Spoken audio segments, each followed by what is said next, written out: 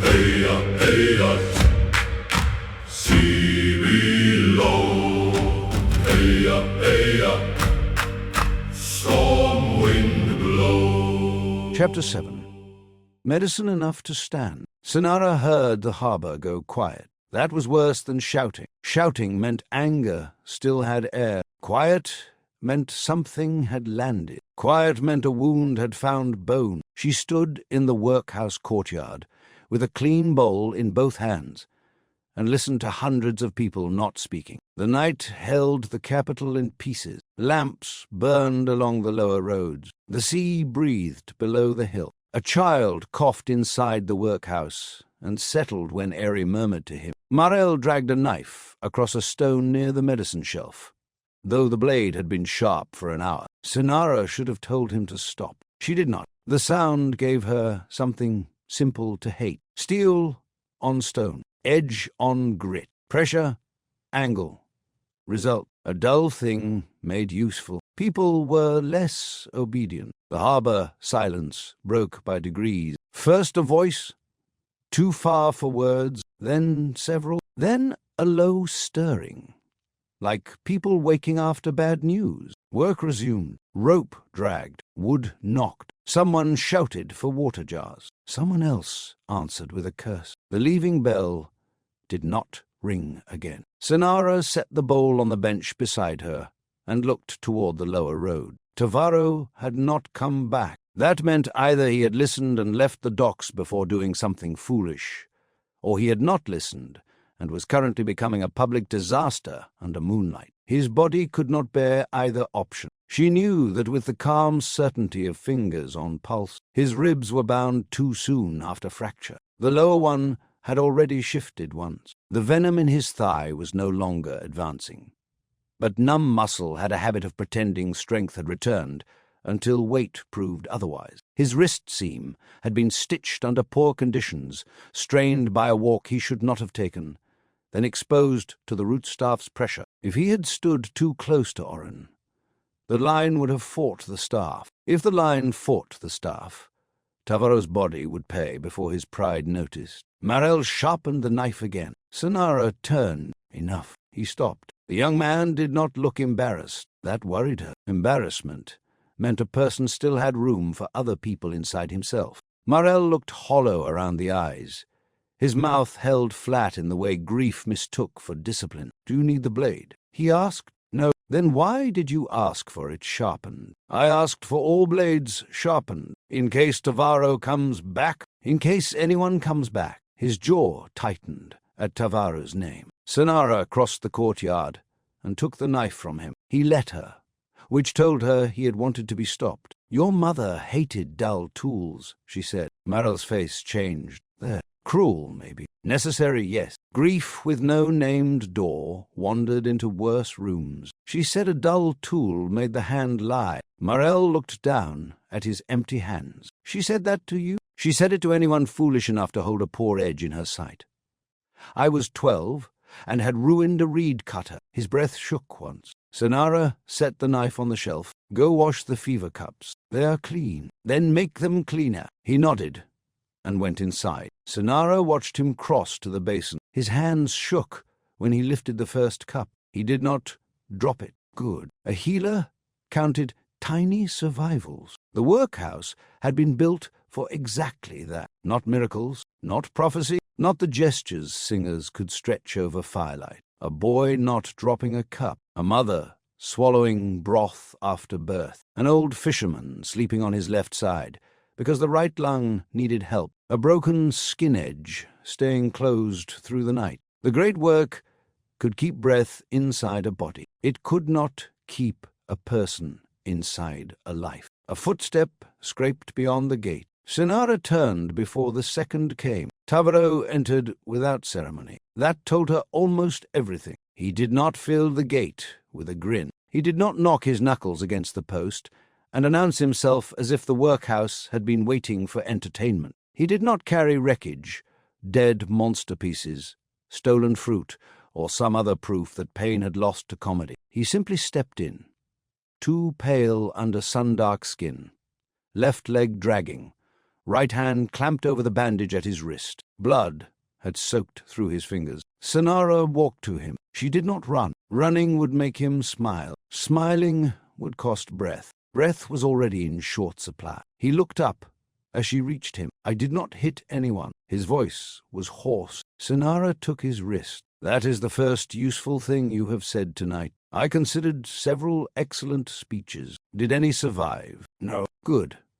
Hold still." He held still. That frightened her. She pulled his fingers away from the bandage. Blood had passed through the outer wrap and darkened the inner cloth, not spurting, seeping under pressure from torn tissue and magic irritation. The stitches beneath had likely held in part. The sheath around the skybone line had not. "Inside," she said. "I can walk. You can leak and lean.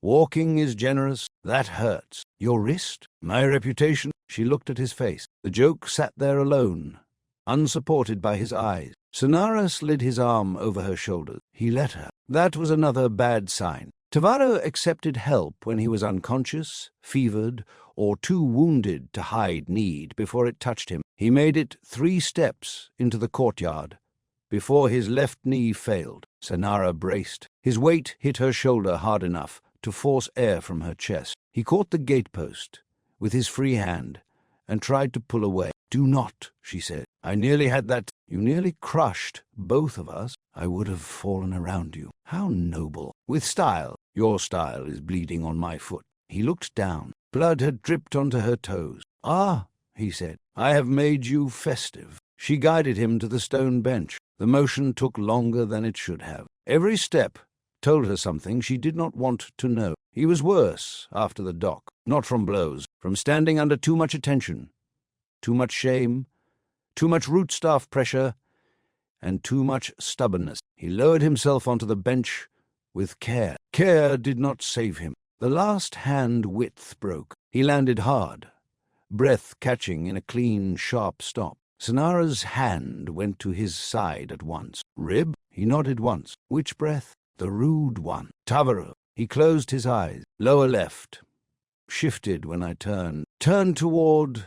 what? Oren, of course. She crouched and pressed along the binding. His body flinched before he did. The rib had not pierced. Still near enough to make her mouth go dry. The binding had loosened from movement and sweat. It would need to be reset. His skin was cold at the sides, hot near the mark. The child mark sat under cloth, invisible and present. Senara hated that she thought of it as present. A mark was changed tissue. Old force, scar. It had no face, no voice, no reason. Still, she knew when Tavaro was arguing with it. Tonight, the argument had gone badly. "What happened?" she asked. He laughed once. It was a short sound, all edge. "Oren called me beautiful." Senara looked up. Tavaro stared at the courtyard stones. "Then he ruined it." The words took a moment. "Beautiful cage." She knew before he said it. She felt the phrase in the shape of him, in the way his shoulders held inward,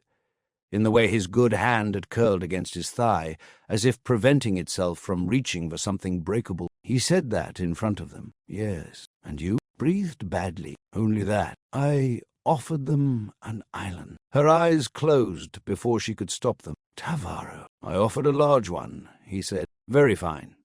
Springs, forest, proper reefs, deep channel, enough room for their children to complain about having too much room. That is not the point. I noticed." She opened her eyes. He looked smaller than his body. It was the only way she could name it. The body remained enormous, scarred, blood-marked, full of old oath and raw power. The person inside it had folded around a sentence. "I thought room would answer room," he said. Senara kept her voice flat, because tenderness could undo them both. "They do not want another island from you." They kept saying room. "They want to stop hearing your body in the ground." His jaw tightened. She should not have said it yet. She should have waited until he was lying down and warm, until bleeding had stopped, until his pulse was less sharp. No, kinder times did not come. They were made by people who could afford them. Tavaro nodded once, slow. "Yes,"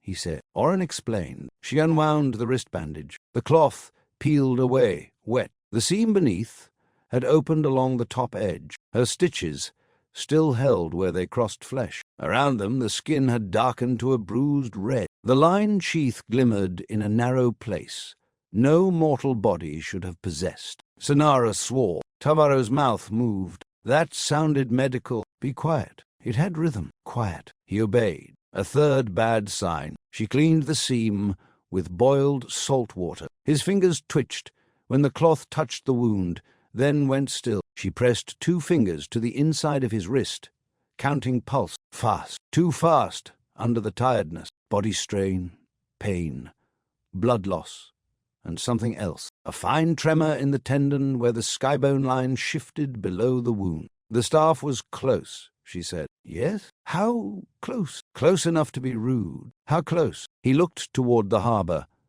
though the courtyard wall blocked it. Oren stood within a few paces. Senara pressed her lips together. He glanced down. You are doing the mouth. I have many mouths. No, that one.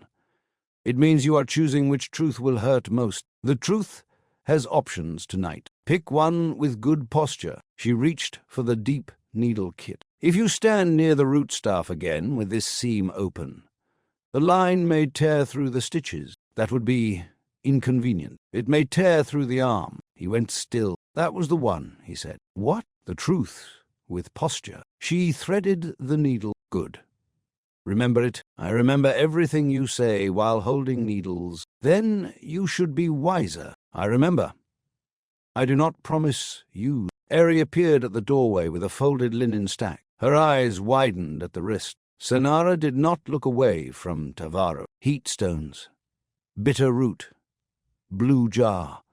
No apprentices near the gate. Eri swallowed. There are people outside. Of course there are. They followed him. Tavaro closed his eyes. Senara heard them now. Not a crowd like the dock. Smaller. Several people on the road, whispering, watching, waiting to learn whether the beautiful cage had cracked. Tell them the workhouse is closed, unless they are bleeding, Senara said. Eri nodded. Tavaro opened one eye. That may invite creativity. If anyone cuts himself to enter, I will assign Marel to lecture him on blade respect. That boy frightens me. He should. Eri went to the gate. Senara set the first new stitch. Tavaro's hand closed on his own knee. His fingers dug into the muscle. He did not make a sound. She made the second stitch, smaller, tighter, passing through scar tissue rather than the newest tear. Scar could hold when fresh skin lied. Her hands knew the seam now better than any part of Tavaro should have been known by another person. Angle pull. Stop before the line sheath recoiled.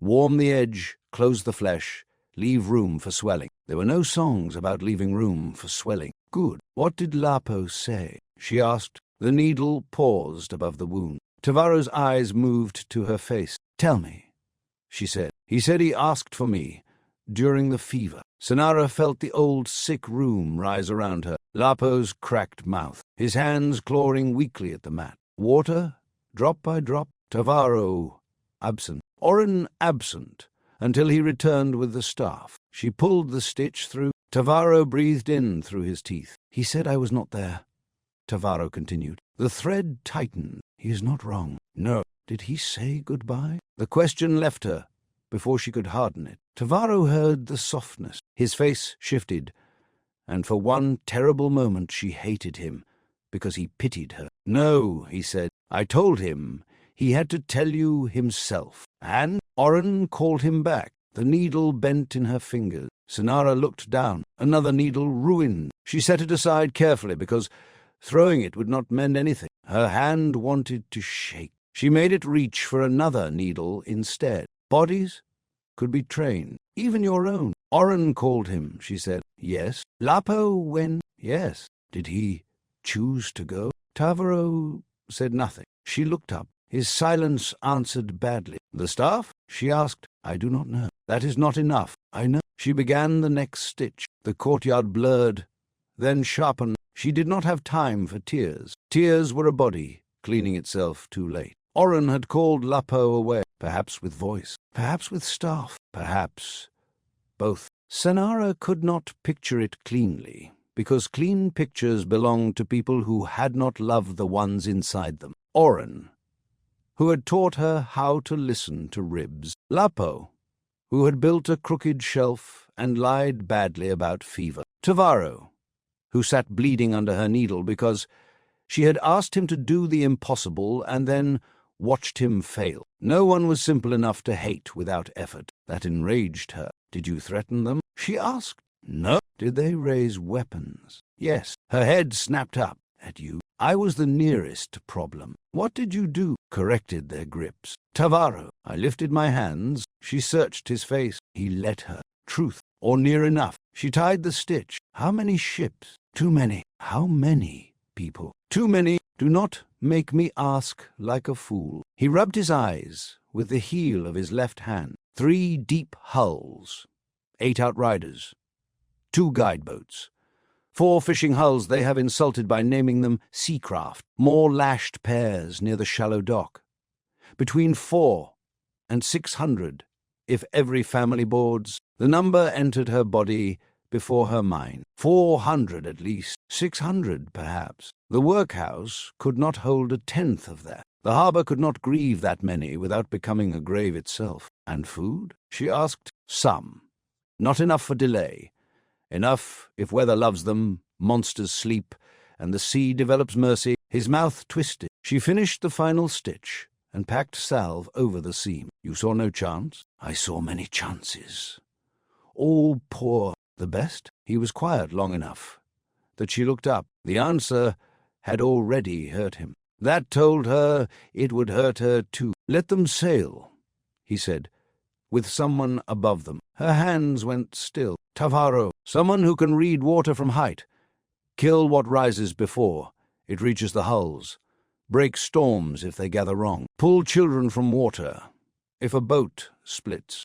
Yes? The word sat between them. She had known it already. Of course she had. Her mind had stepped around it all evening, refusing to look because once seen, it would become a shape she could not pretend was absent. Tavaro could not stop the farbound without proving Oren right. He could follow. He could guard. He could bleed at a distance for people who had named him Cage, and because they would not know, they would owe him nothing. Senara hated the mercy of that. She hated the danger. She hated him for offering it without offering, as if his body were one more tool she could reach for from a shelf. You cannot fly, she said. I can call the hawk mark, with 3 broken ribs, a torn line seam, venom deadness in the left thigh, blood loss, and what may be the beginning of line fever. Yes, you cannot fly. I did not say it would be pleasant. You will fall into the sea. I know the sea. The sea knows how to kill you. It has been slow. She stood so fast,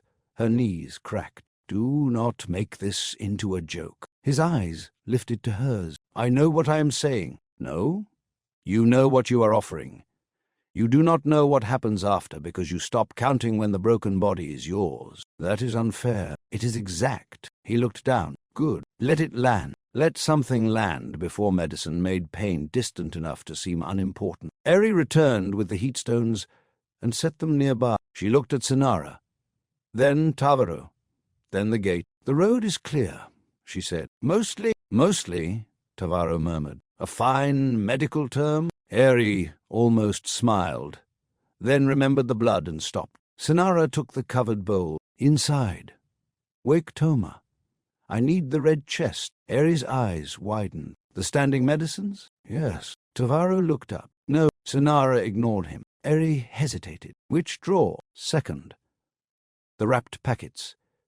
Bring the green cord packet, the black shell vial, and the dry spoon. Eri ran. Tavaro watched her go. Senara, do not. That medicine is for men who need to finish a journey before collapse. Yes, and then collapse. Yes, I am already enjoying the sequence out of order. You need to stand. He stared at her. She hated that he understood before she fully did. No, he said. You just told me your best chance. My best chance is a bad chance. It is still the best? No. That almost made her laugh. After everything, after all his bleeding and bargaining and offers to raise islands while half-broken, now he chose caution, because she had made the cost sound like permission. Senara folded the used cloth with too much care. I am not asking you to fly after them tonight. Then what are you doing? Keeping choices from closing. Healer answer. Yes. Frightened answer. Her hand struck his face before thought crossed the space. The sound was small. The courtyard went silent.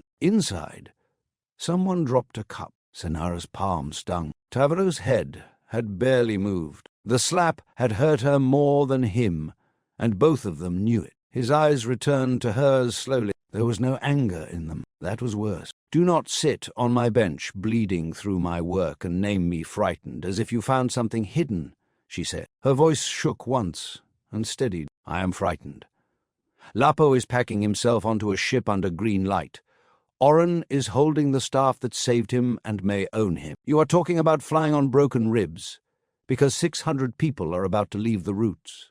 Yes, I am frightened. That does not make me wrong. Tavaro swallowed. I am sorry, he said. She believed him. It did not fix anything. Eri came back with the red chest in both arms and froze at the courtyard edge. Her gaze went to Tavaro's cheek, then Senara's hand. Senara held out her palm. The packet. Eri brought it. The red chest had belonged to Senara's mother. Before that, to her mother's mother. It was not part of Tavaro's cedar records. That mattered. It had been made for mortal crises.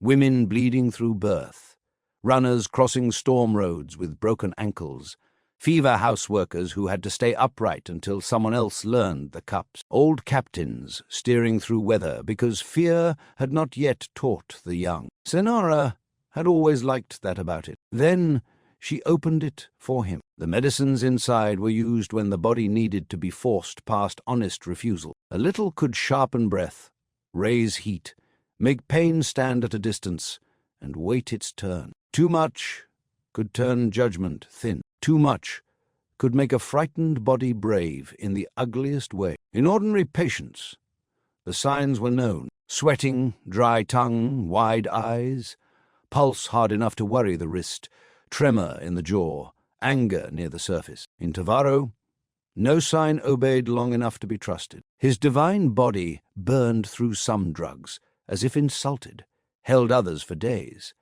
and once changed a fever draft into a rash shaped like small fish along his left arm. He had been proud of that. Senara opened the green cord packet. The powder inside was dull red, ground from wake thorn seed, storm kelp ash, dried bitter root, and a mineral scraped from black reef after lightning storms. It smelled of pepper, burnt salt, and old rain. Tavaro leaned away. That smells like a mistake. It often is comforting. Do you want comfort? His eyes moved toward the harbor. No, neither of them did. Senara tapped a small measure into the dry spoon. Not enough? For a mortal his weight, yes. For Tavaro, likely nothing more than a clearer headache. She remembered the sleeping draught he had mocked by waking early, the fever leaf he had burned through in an hour, the blue moss that had nearly stopped his heart because his body decided to obey that one with frightening enthusiasm. No rule held. She added half again. Stop.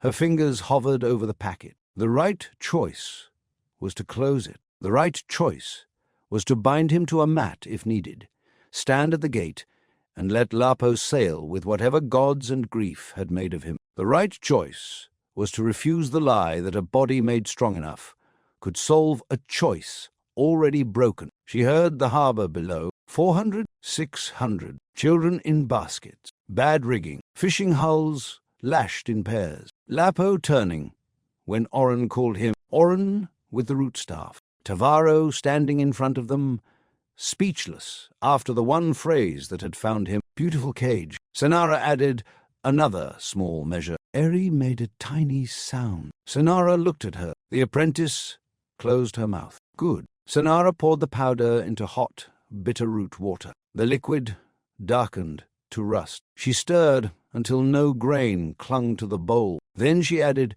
3 drops from the black shell vial. Tavaro watched her. What is that? Something to keep the heart from running too hard. Will it? In you? I do not know. He smiled faintly. Your honesty has lost charm. It was never charm. She held the bowl out. He did not take it. That frightened her more than if he had swallowed without question. What will it do? He asked. Move pain aside, not remove it. Not heal it. Move it aside. That sounds useful. It is dangerous. Yes? That was the useful part. Tavaro. He looked up. She crouched in front of him.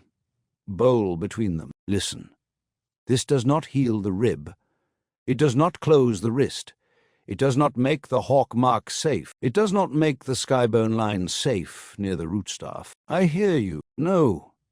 You hear warnings as weather. I need you to hear this as law. His face changed at that. Law was mortal. Law had to be chosen, recorded, enforced by hands that could fail. Tavaro treated gods as facts and monsters as tasks. Mortal law unsettled him, because it asked him to stand inside limits set by people he could break. Senara pressed the bowl into his hands. One bowl, she said. No more, unless I give it. He looked at the bowl. Say it. One bowl? No calling a mark, unless death is already in the room. A tired smile tugged at his mouth. Death has poor manners. It rarely waits for rooms. Say it. No mark, unless death is already in the room. No skybone line near the staff. His hand flexed around the bowl. Say it. His eyes did not leave hers. No skybone line near the staff. Speak to Lup. Yes, speak to Oren. Only if you can remember, he is a man. The words struck him. She saw it. Good. Let that one stay close. He nodded. Oren is a man. Say the rest. He closed his eyes briefly. When he opened them, his gaze had gone raw. Not a monster. Not a task. Not something in the way. Senara breathed in. It did not fill her. Drink. He drank slowly, because she watched. The first swallow made him grimace. The second tightened the muscles along his jaw. By the third, sweat had risen at his temple, not from heat. The medicine acted fast. Too fast. His body took it like dry ground, taking rain after drought. Tavaro lowered the empty bowl. For several breaths, nothing happened. Then his shoulders eased, not in health, in release. Pain had stepped away from his face. The lines around his eyes loosened. His breathing widened by a fraction because the rib still blocked it. But the fear of the rib had moved aside. His left hand opened on his knee. Senara touched his throat. Pulse hard, fast, not yet alarming. His eyes were clearer, too clear. Well, she asked. He looked at his wrist, as if it belonged to someone across the courtyard. That hurts. How much? Enough to know you are right. Not enough to respect it. Her stomach tightened. Too strong, or exactly what she had made. Eri whispered. Senara, I know. Tavaro stood. Senara rose with him. He swayed once, then found balance. The limp remained, though less obvious because he no longer protected the pain. That meant he would damage the leg more easily. His rib breath stayed shallow. His wrist bandage remained clean for now. He looked almost well if one did not know bodies. Senara knew bodies. The medicine had not repaired him. It had removed his body's power to argue. Sit down, she said. He looked puzzled. You gave me standing medicine to test. That is a cruel name. Sit. He sat. Too quickly. She saw the rib take the motion and failed to slow him. His mouth tightened after the fact. There, judgment lagged. She should bind him to the bench. She should. Instead, she took the packet and folded it closed, then tied the green cord around it. Tavaro watched. Do not give me that, he said. Then do not take it. Tidy. She held it out. He did not reach. For a long moment, neither moved. The packet lay across her palm, no larger than a folded leaf, heavy as a body. This is one more half-dose, she said. Only if you cannot return, and someone else will die, unless you stay upright. Senara. Not for speeches, not for Oren, not for shame. His eyes shifted. She had touched the true wound. Not rib, not wrist. Shame. The medicine would ride shame like wind over open water if she let it. Say it, she said. His voice was low. Not for shame. She gave him the packet. His fingers closed around it. Eri looked from one to the other. She had gone pale. Senara wanted to send her away, then realized the girl should see this. Not all of it. Enough? Apprentices needed to know that healers did not always stand in clean light. Sometimes they measured the wrong thing carefully and still handed it over. Tavaro tucked the packet into the cloth at his waist. "What now?" he asked. The medicine had sharpened his voice. That worried her. It gave him back the sound people trusted. Strong, warm, nearly amused. A body could lie through posture. Medicine could make the lie look like recovery. "Now you wait until I check the rib again," he groaned. "I have been drugged, and still you find room for poking. You have been medicined. Drugged is what fools call it after they ignore instructions. Will I be a fool before dawn? That is up to you." He looked toward the lower road. "No," she said. "I did not move." Your attention limped toward the gate. "My attention is independent." "Then call it back." He did, or appeared to. Senara reset the rib binding. This time she used longer cloth and cross-wrapped it around his shoulder to limit sudden turns. He complained in small, creative ways. The medicine made the complaints brighter, less weary, closer to the Tavaro people recognized. That chilled her more than his earlier silence. A wounded man who looked wounded invited caution. A wounded Tavaro who looked almost himself invited catastrophe. She tied the last knot and pressed 2 fingers under the cloth to check tightness. "Breathe." He did. Again, he did. The second breath caught less, because he let it stop early. I saw that. It was a modest breath. It was a coward breath. His gaze flicked to her. She lifted a brow. He laughed, then winced, then pointed at her. That was revenge. That was instruction. Both can be true.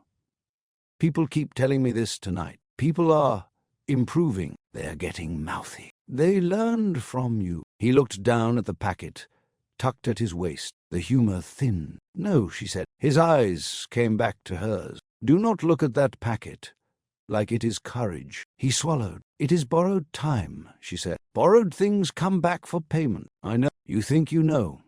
That is not the same as knowing." For one breath, the medicine did not cover his face. Pain returned. Not rib pain, not line pain, older. "I do not know how else to pay," he said. Senara had no answer that would fit in the time left. She wanted to say that no one had asked him to pay. That would be a lie. Everyone asked. The Sulari asked with prayers, songs, threats, knees, ships, fear, and gratitude. She had asked too. She had placed medicine in his hands and measured the dose herself. "Start by not killing anyone," she said. Tavaro stared at her. It was a brutal sentence. It was also the only one that mattered. He nodded. Marel appeared at the inner doorway. "The fever cups are clean." "Good," Senara said without looking away from Tavaro. Marel's gaze moved to the packet at Tavaro's waist, then the bowl, then Senara's face. He knew enough medicine to understand the shape of what she had done. His mouth tightened. Senara met his eyes. "Say it." He froze. "Whatever is sitting behind your teeth.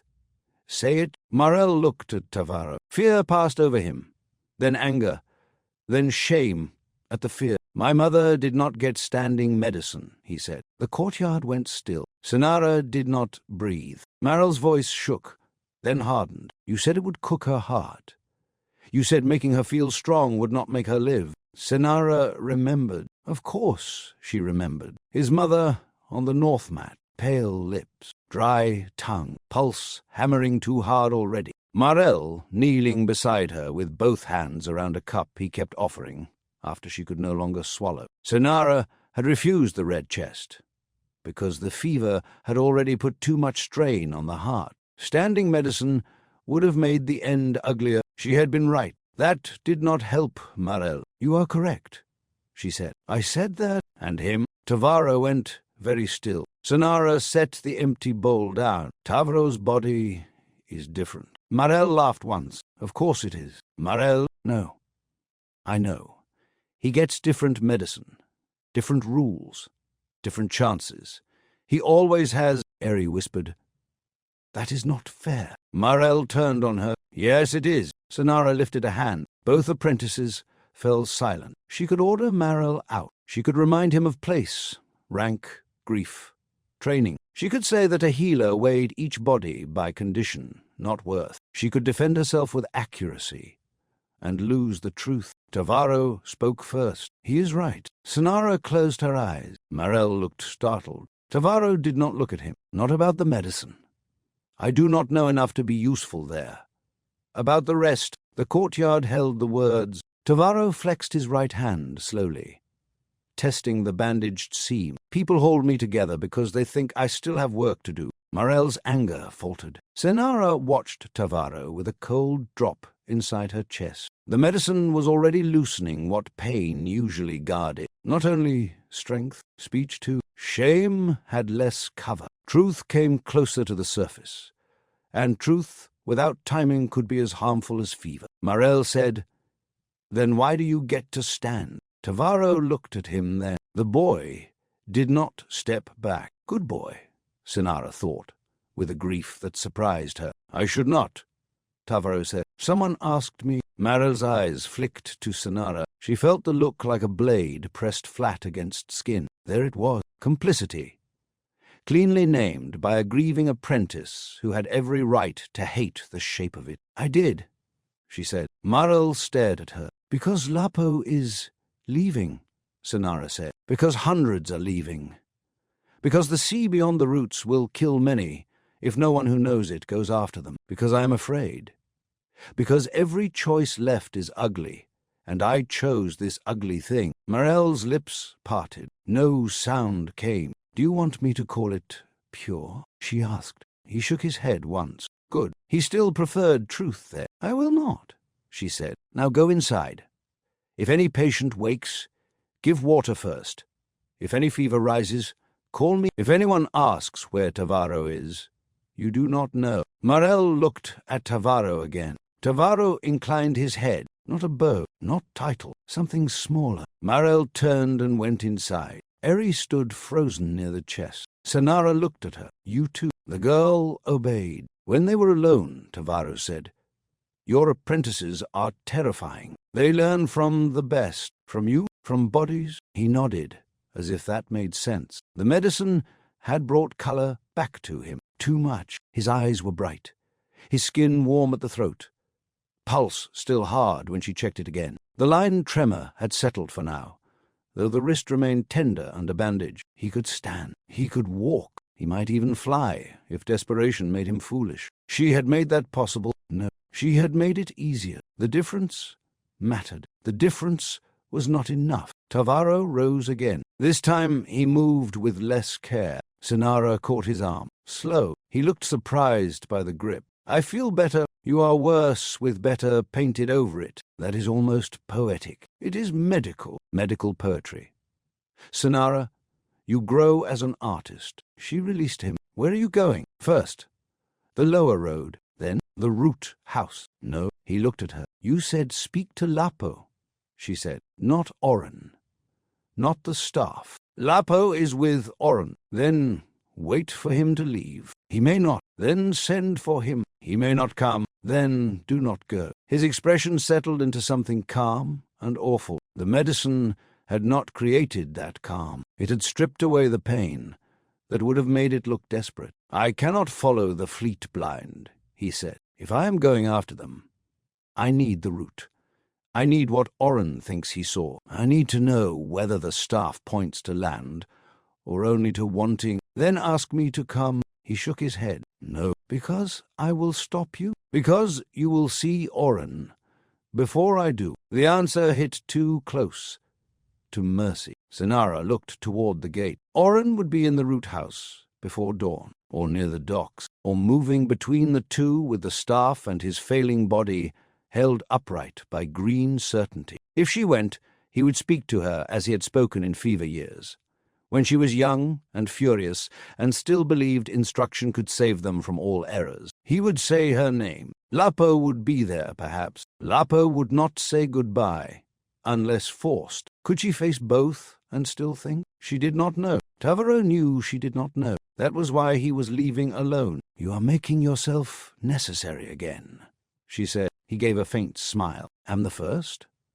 I am better at that than standing still. Tavaro, his smile faded. You do not have to earn the right to come back alive. He looked at her for a long time. The courtyard lamp flickered in his eyes. His pupils were wider than they should have been. Medicine, exhaustion, shame, rootstaff echo, all of it mixed in a body that had never obeyed clean categories. "Are you certain?" he asked. She had no answer. That was the worst wound she had dealt him all night. He saw the truth before she could cover it. She wanted him alive. She also wanted Lapo alive. She wanted 600 people, not to vanish into more deep water. She wanted Oren free of whatever the rootstaff had made of him. She wanted her own hand unstained by the choice she had already made. Want had become a room with too many locked doors. Tavaro stepped back. The space between them felt formal. "I will speak first," he said. "First is not enough.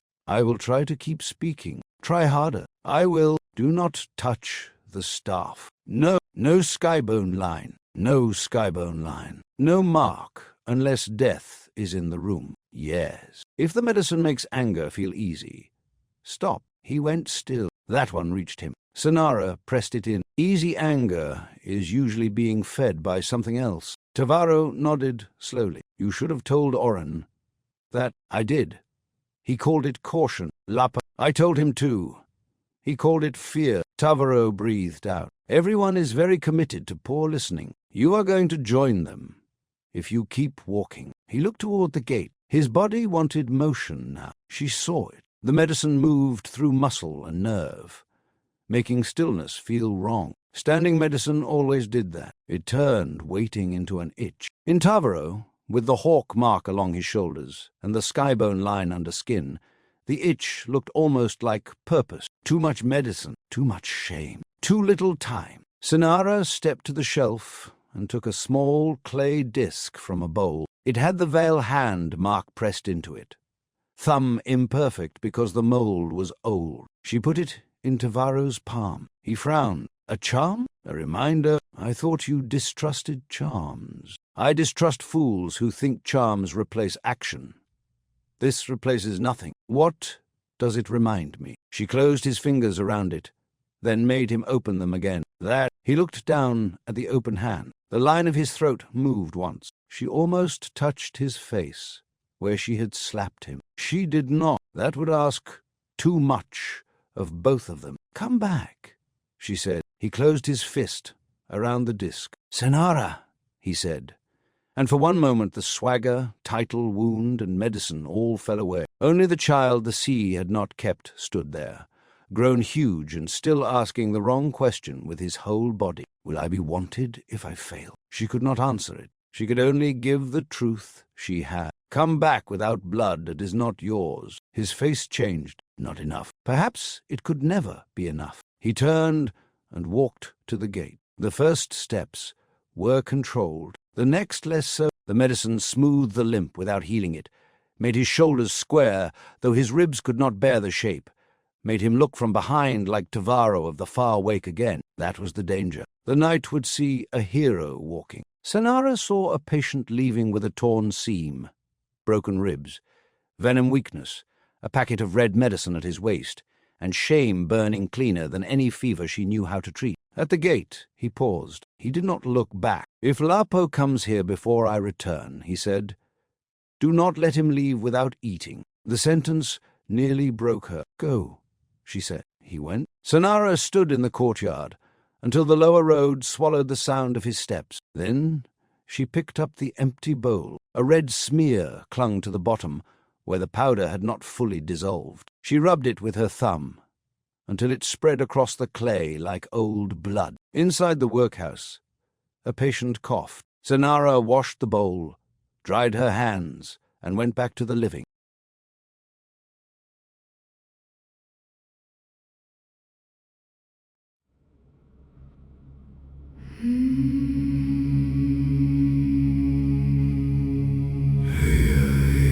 Bowl in the dark, steel on stone in a silent shore. Blood on the foot, red in the cup. The healer knows what strength is for.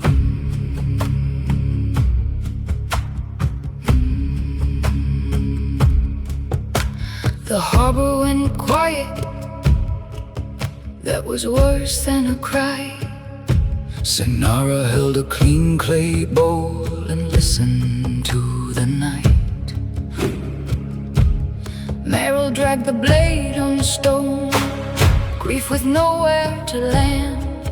She said, wash the fever cups, keep work inside your hands. Then Tavaro crossed the gate, no grin, no plank, no flame. Blood held tight around his wrist and ruin in his name. He said, I did not hit them. She said, hold still. The body tells the truth when the mouth has lost its will. Medicine enough to stand, not enough to heal. Move the pain aside, make the lie look real. One bow, one law, open up your hand. Not for shame, not for pride. Medicine enough to stand.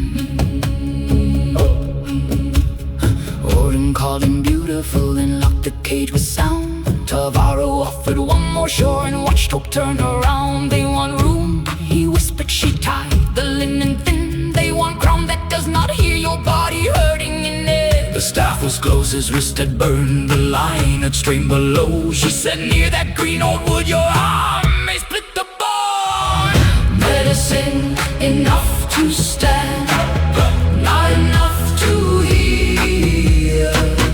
Move the pain aside, make the lie look real. One bow, one law, open up your hand. Not for shame, not for pride. Medicine enough to stand. Red chest open, storm mash stirred, bitter root and wake thorn seed. Measure fear, name the need, no mark called unless death is here. No skybone line, hear the staff. Orin is a man, not a task. In your past, beat before the younger laughs. He drank slow, his eyes went clear, too clear for any wound, pain. Step back, the hero stood in danger, filled the room. Marel said, my mother died, no red cup in her hand. He gets different medicine, different rules to stand. Tavaro looked down at his palms and did not hide from shame. People hold me together because they still need my name. Senara said, I chose this wrong, do not call it clean. Hundreds sail beyond the routes in fear, his teeth unseen. Medicine enough to stand, not enough to heal. Move the pain aside, make the lie look real.